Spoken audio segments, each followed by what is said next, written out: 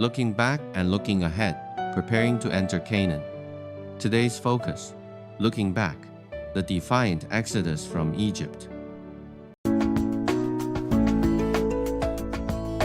Find Foods, 7 minutes a day, 1 Bible a year. Grace and peace, everyone. Today, our reading brings us to the last 4 chapters of Numbers, chapters 33 through 36. Our key verse is, the Israelites set out from Ramesses.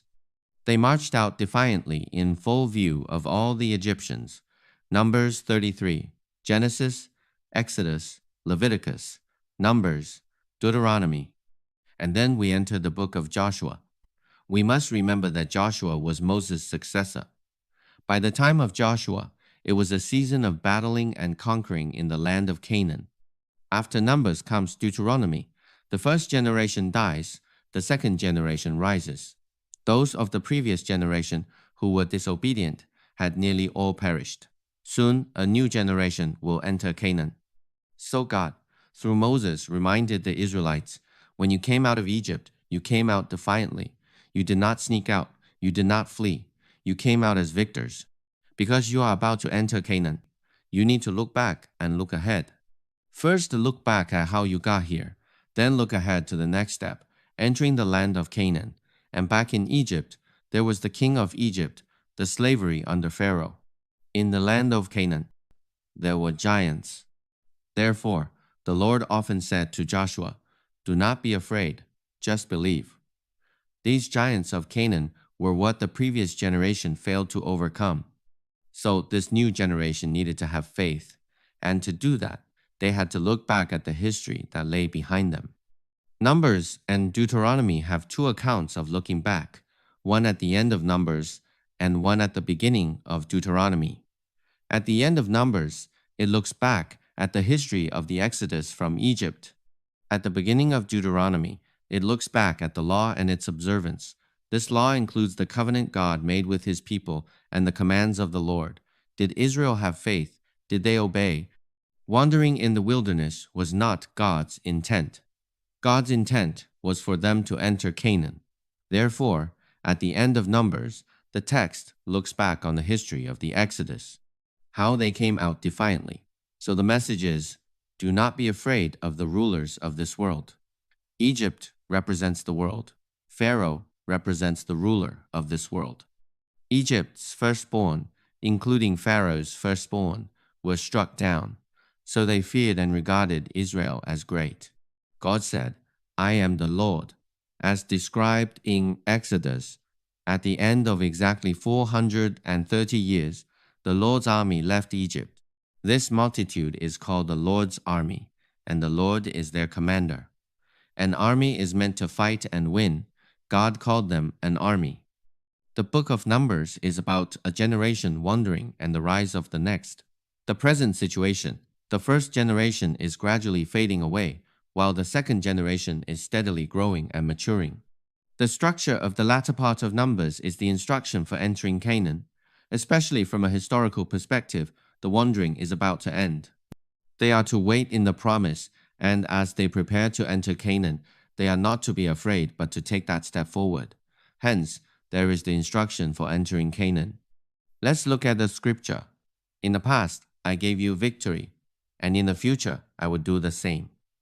At the Lord's command, Moses recorded the stages in their journey. This is their journey by stages. The Israelites set out from Ramesses on the day after the Passover. They marched out defiantly in full view of all the Egyptians, who were burying all their firstborn, whom the Lord had struck down among them. For the Lord had brought judgment on their gods. Numbers 33.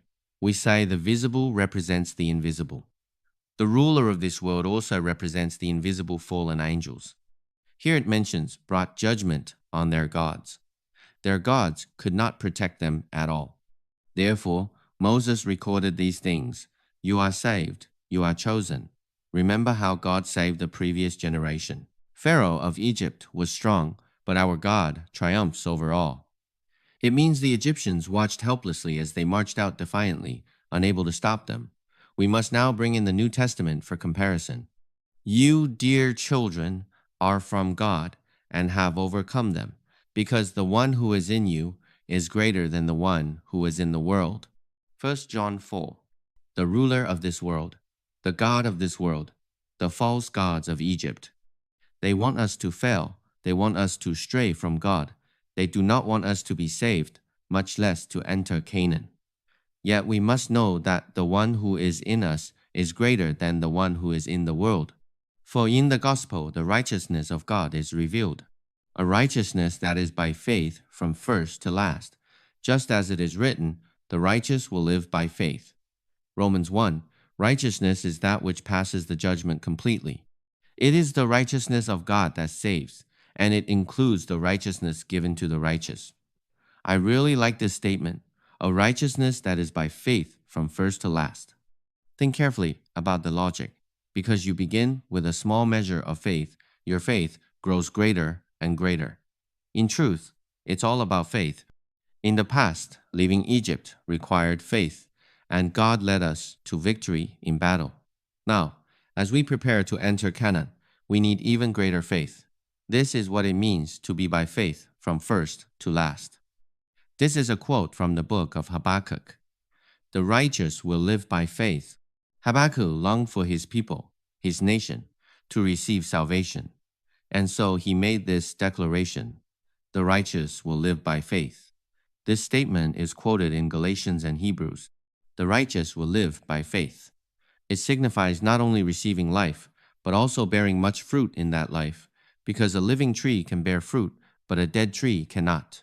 So we understand that God's desire is not only for you to be saved. Do not be afraid, just believe. The thief comes only to steal and kill and destroy.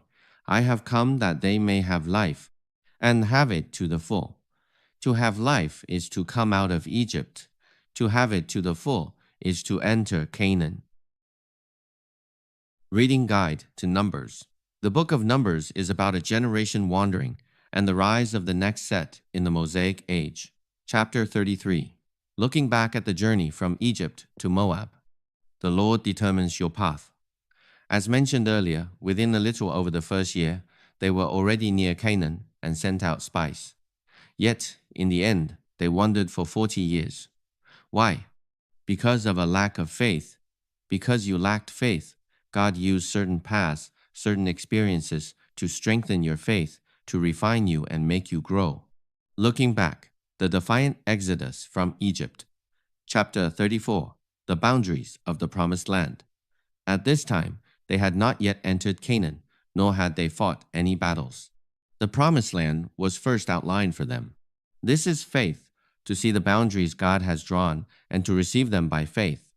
Faith always precedes our actions. Chapter 35. Towns for the Levites. Because the Levites had no inheritance, they lived in towns scattered throughout the territories of the other tribes. In regard to the offerings, they served God and served the people of Israel. Chapter 36. Inheritance of Zelophehad's daughters. It's quite interesting that women could also inherit property. Be sure to read that passage. Today's focus, looking back. The defiant exodus from Egypt. First look back, then look ahead. In the Exodus, God gave us victory. In entering Canaan, God will most certainly give us victory. Do not be afraid, just believe. Blessed is the one whose delight is in the law of the Lord, and who meditates on his law day and night. Fine food, 7 minutes. See you tomorrow.